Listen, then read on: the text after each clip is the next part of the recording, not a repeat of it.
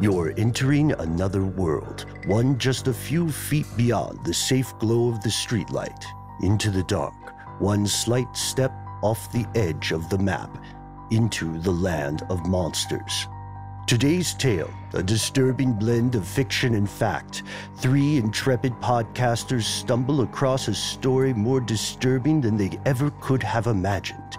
In partnership with Stuff They Don't Want You to Know presents The Tale of the University Six. From UFOs to psychic powers and government conspiracies, history is riddled with unexplained events. You can turn back now or learn the stuff they don't want you to know. A production of iHeartRadio.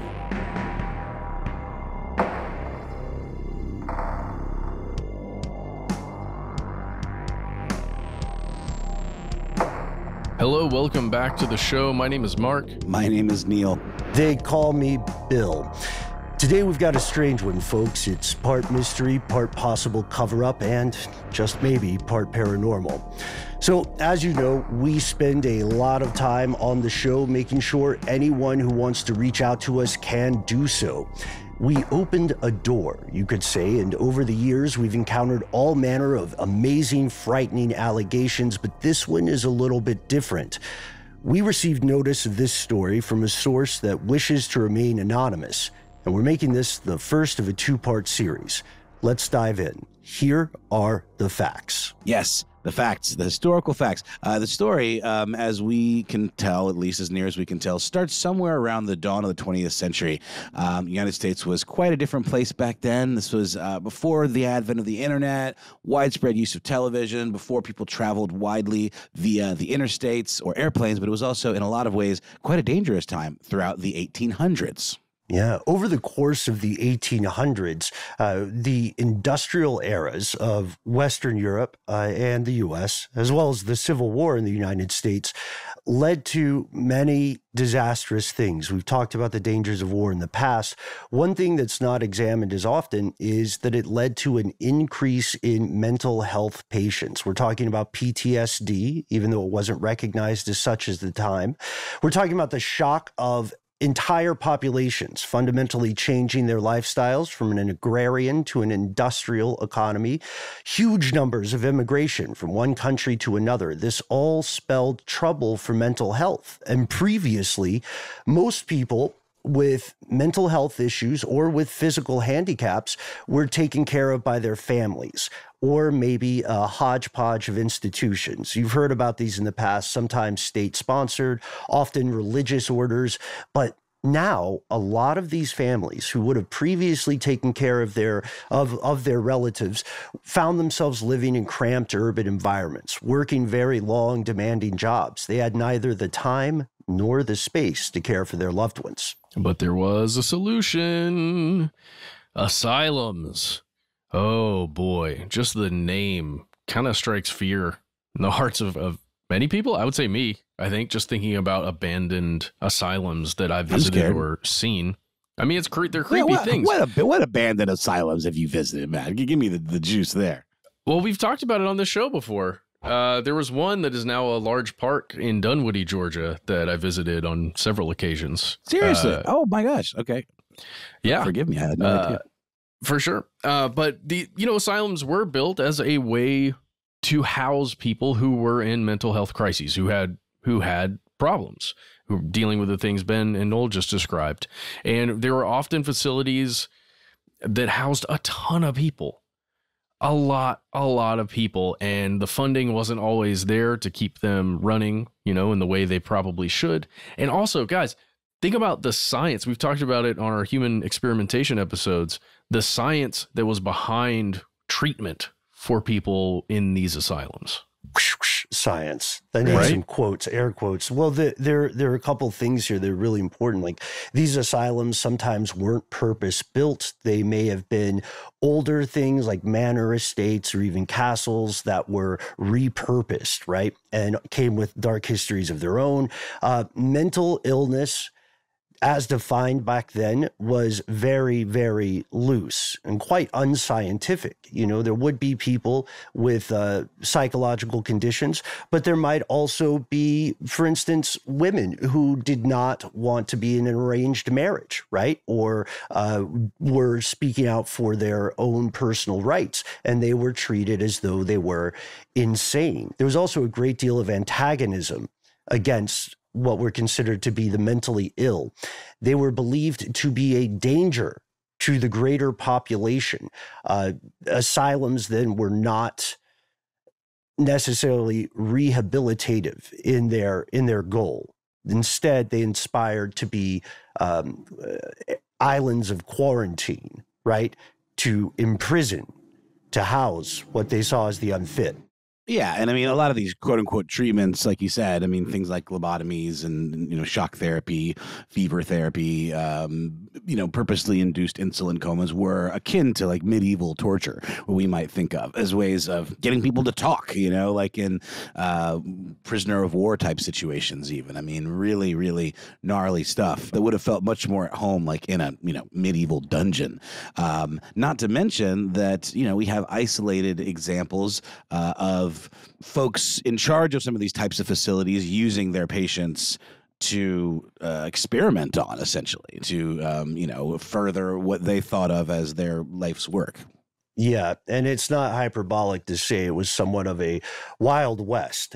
These asylums quickly become overcrowded. There's not very much in the way of substantive, rigorous oversight.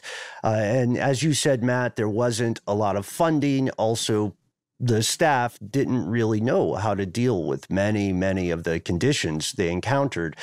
These new mental health treatments that were introduced were often not subject to scientific methodology, and the families of these patients often did not have any kind of guarantee of access to their relatives.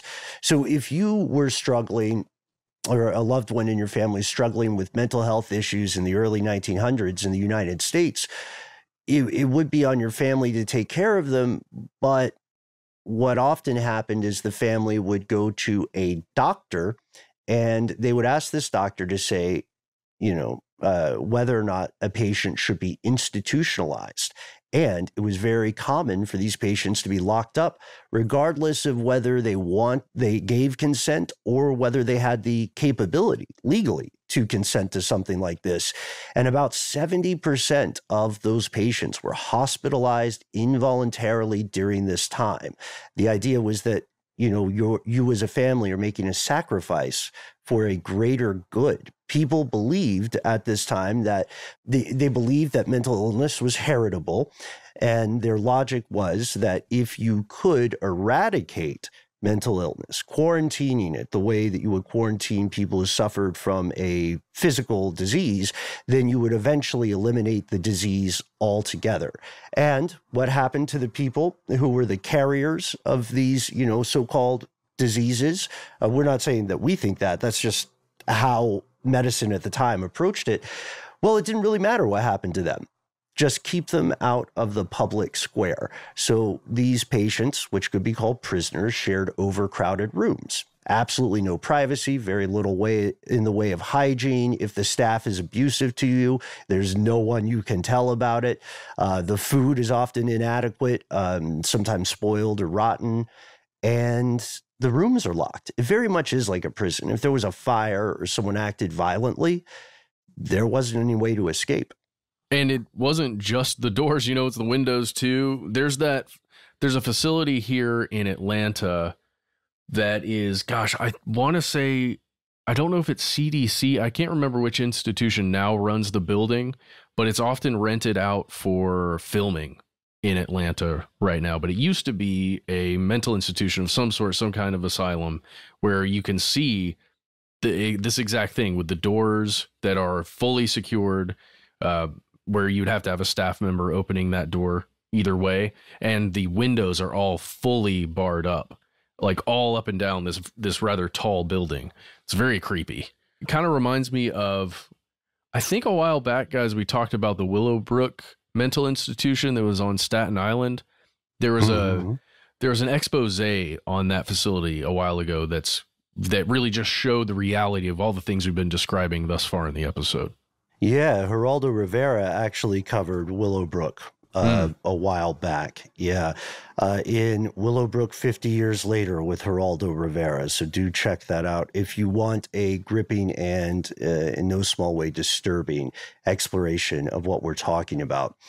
Yeah, some patients were given menial tasks, and this was not, to be clear, this was not so much to engage them in a healthy stimulation as it was to keep costs down for the institution. So they might garden vegetables, they might do basic cleaning, maybe laundry, stuff like that. But many of them were simply locked away and sometimes forgotten. And this is, to your earlier point, Noel, this is the age of treatments that would clearly be seen as torture to any upstanding medical professional today. Lobotomies, as you mentioned, seizure therapy, which is purposely inducing seizures, insulin comas, also purposely induced, something that I had not heard of called fever therapy. That is where you literally give folks malaria to induce a fever. Jeez. Yeah. To try and get the other bad stuff out, I guess.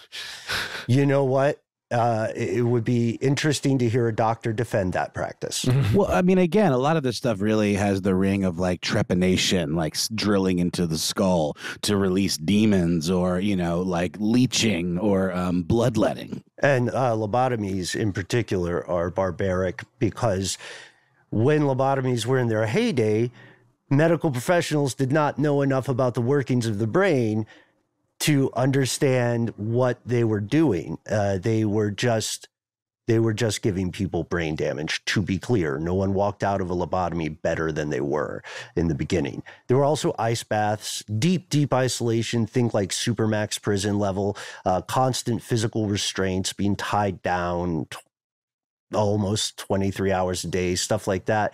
And obviously, these treatments tended to do more damage than good. Sometimes they resulted in death.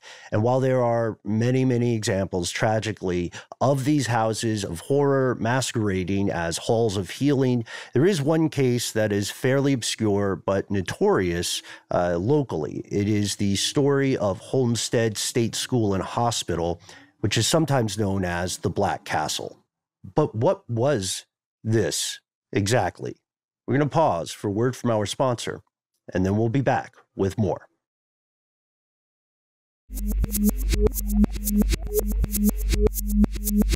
And we're back. So Homestead was built over the course of several years between 1903 to 1908, just a couple of miles outside of a place called Hazard, Pennsylvania. Seems appropriate given where we're heading. Again, this is during what could very rightly be called the dark days of medical science and treatment. People struggling with mental illness, however it may have been loosely defined, were treated not as people who might need help, but as the criminally insane. This was also the age of eugenics, the idea that certain individuals did not deserve to be part of society due to perceived traits, whether it be inherited from their lineage that was seen as being unclean in some way, or the color of their skin.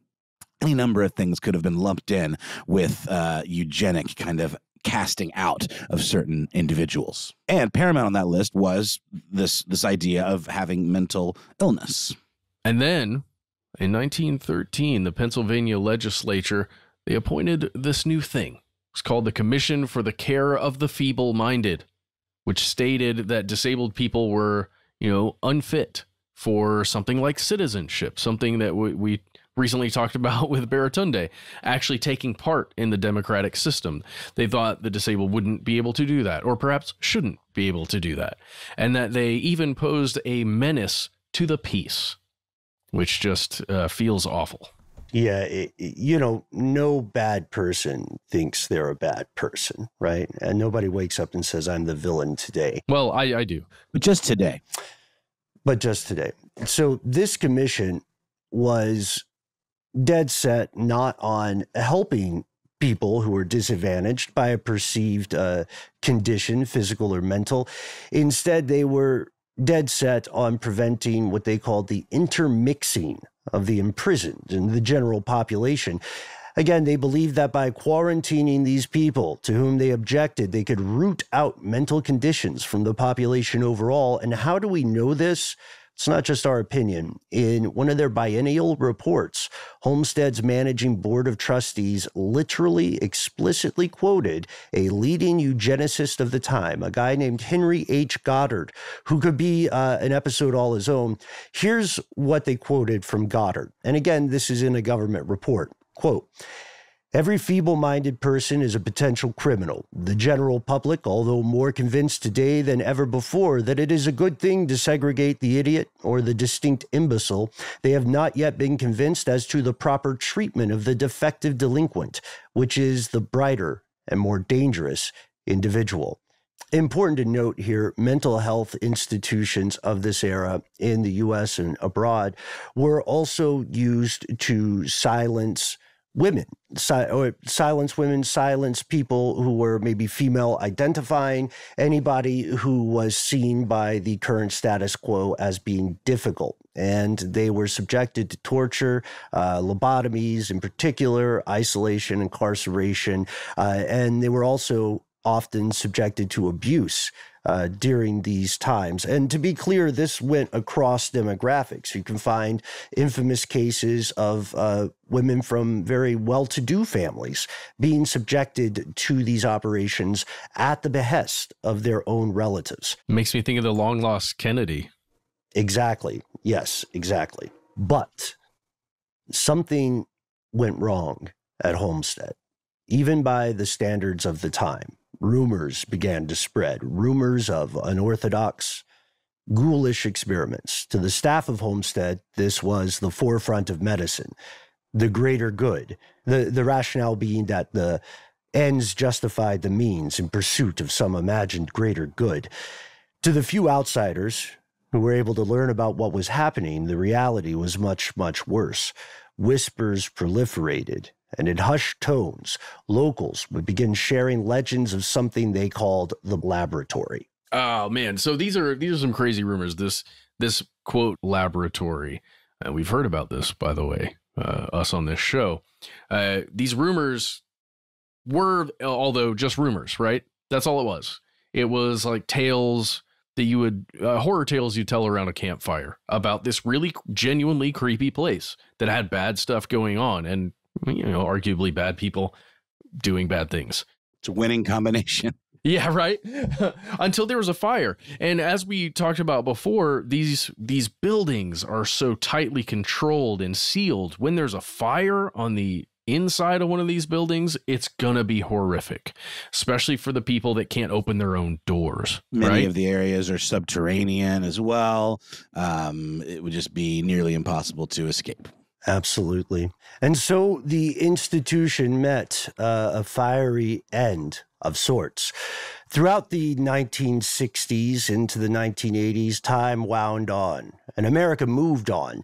There were a few stories about the place and how it was abandoned, or maybe not all the way abandoned, but they quickly faded from the news. And sure, there were other stories to focus on, the Vietnam War, other wars, domestic chaos. But let's be honest, this remains part of the past that American culture would rather forget. Except not everyone. You see, sometime in the mid-1990s, a group of history students at a local university decided to explore the abandoned ruins of the so-called Black Castle as part of a group project. They wanted to determine, once and for all, the doom that came to Homestead. # no Lovecraft, but that's the Lovecraft reference. And after a word from our sponsor, we'll tell you what we've discovered.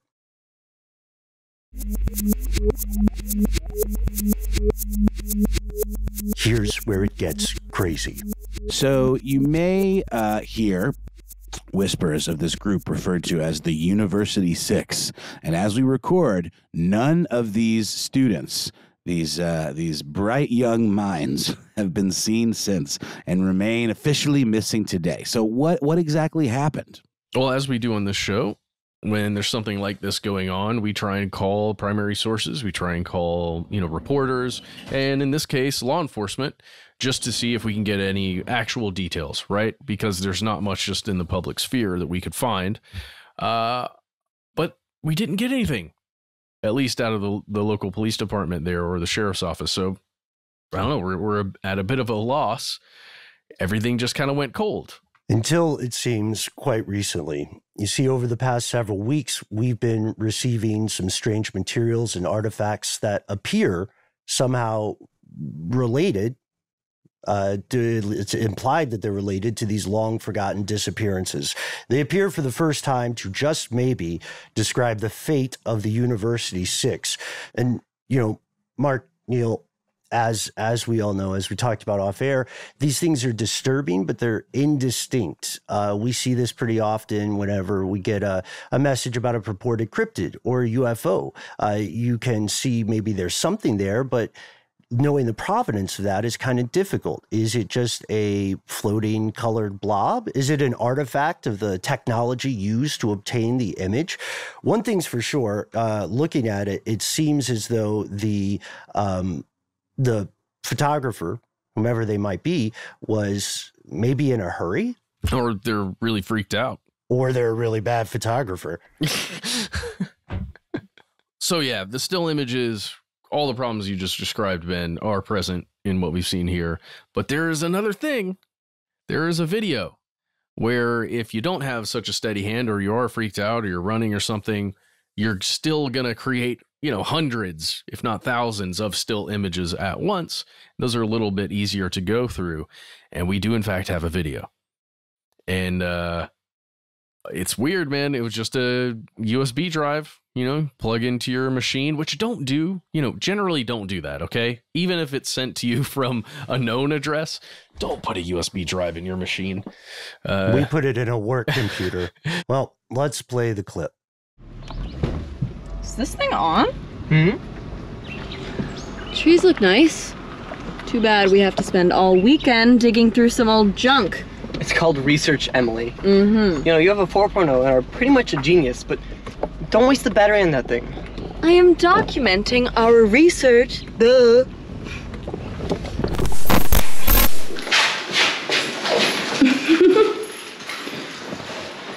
Look at this place. It's Creep City in here. It's not that bad. Are we early? Doesn't sound like us. Let's find the rest of the class.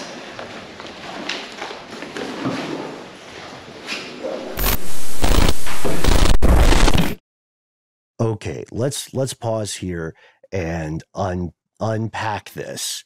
All three of us had done, I think, video projects and audio projects in college, so we know what it's like to not work with the best of equipment. Mm-hmm. Yeah, this really does have the feel of kind of like a college, student film kind of vibe. Well, let's talk about what we're seeing here, guys. We're clearly exterior. We've got a what appears to be a man and a woman in the shot. They are describing what appears to be some kind of assignment or group project, I guess, where they're physically traveling to this place that we've been describing, this black castle or homestead, and they're talking about research that they're going to be doing there. It seems pretty innocuous, at least at first. Mm-hmm. Yeah, and we can tell a few things if we're just being objective here.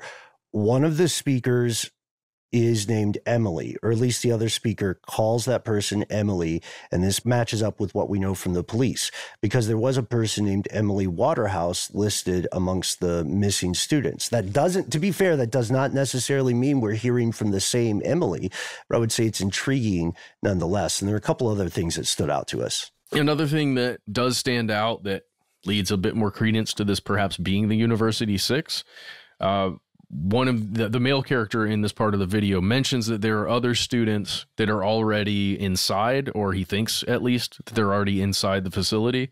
I'm not sure how many. I don't think he gives a specific number, but you can at least tell that there are multiple people who are supposed to already be there. And I'm already shouting at these people, don't go. Don't go in. It doesn't seem like a good idea. The shaky cam aspect of it already is making me feel like something really horrible is going to happen. Very Blair Witch-esque. Yes, agreed. And we also hear the speakers talk about a 3-day trip. So this gives us a rough sense of their internal timeline. And to your point, Mark, it does appear that they are arriving late, perhaps, because they are assuming these other folks are there. The camera does give us a glimpse of the second speaker, not explicitly named by the one called Emily, but this student looks to be one Matt Kavanaugh. According to police records, another one of the missing students. But this is just the first part. Let's continue. The next clip appears to jump ahead in time. At least I thought so, because as you said, the first shows a daytime exterior of the site and then entering into it. But the second clip seems to take place either in the evening or in the dark.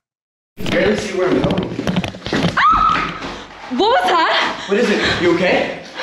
Something grabbed at me. We've only been here for 5 minutes and you're freaked out already?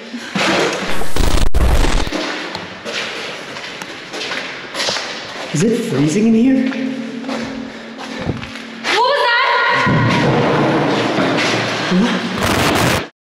The first thing that occurs to me is this definitely feels like it took place in the early 90s or maybe even the late 80s, because it's like they're not able to phone their friends ahead. They don't seem to have cell phones.